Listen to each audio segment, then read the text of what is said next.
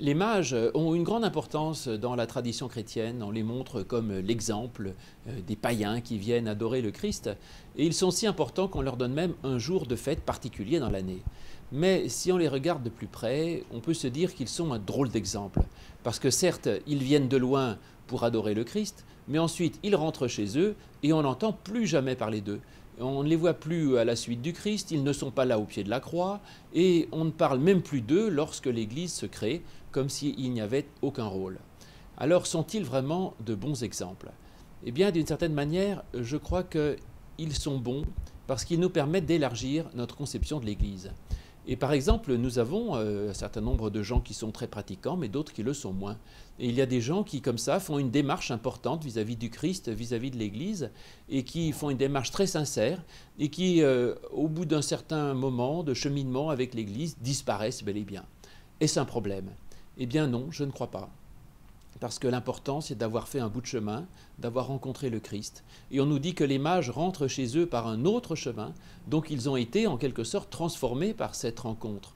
La seule chose, c'est que ceux qui ont fait ce bout de chemin avec l'Église en repartent avec un sentiment de reconnaissance, de liberté, de joie pour ce que cela a pu leur apporter, et non pas avec un sentiment de culpabilité, comme si c'était le signe d'un échec de leur part ou de la part de l'Église.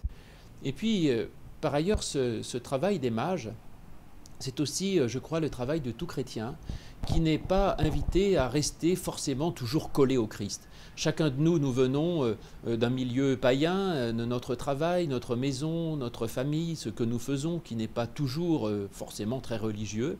Et bien comme les mages, nous sommes invités à aller vers le Christ pour le rencontrer et ensuite à revenir chez nous pour être dans notre milieu et simplement pour apprendre à vivre différemment chez nous à partir de cette rencontre du Christ, mais sans forcément renoncer au monde. Et puis, chacun, comme les mages, donne quelque chose au Christ, de l'or, de l'encens et de la myrrhe.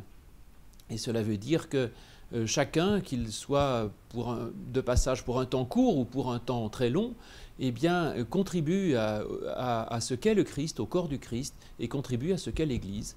Et chacun eh bien, est une richesse pour l'Église, matérielle avec l'or, une richesse de prière qui est l'encens, et la myrrhe qui est ce que l'on mettait pour embaumer les corps, et ce que Nicodème met sur le corps du Christ avant sa résurrection, et donc chacun participe ainsi à sa manière au corps du Christ. Donc peu importe que l'on soit très fidèle ou moins, que l'on soit de passage comme les mages, ou au contraire comme les apôtres toujours collés au Christ, l'essentiel c'est de faire un bout de chemin vers le Christ, de venir comme on est, de se laisser transformer par lui et de revenir chez soi d'une autre manière.